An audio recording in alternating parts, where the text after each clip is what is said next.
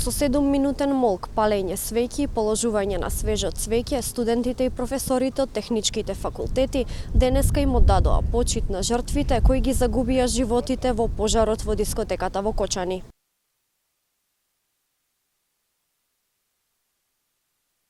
Денешниот втор собир во организација на УСС УКИМ помина без официјални говори и обраќања. Присутните со солзи во очите и тага велат дека ова е голема трагедија.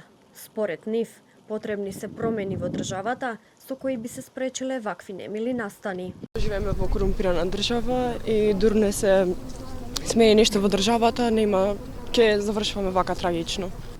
Да не се повтори пак.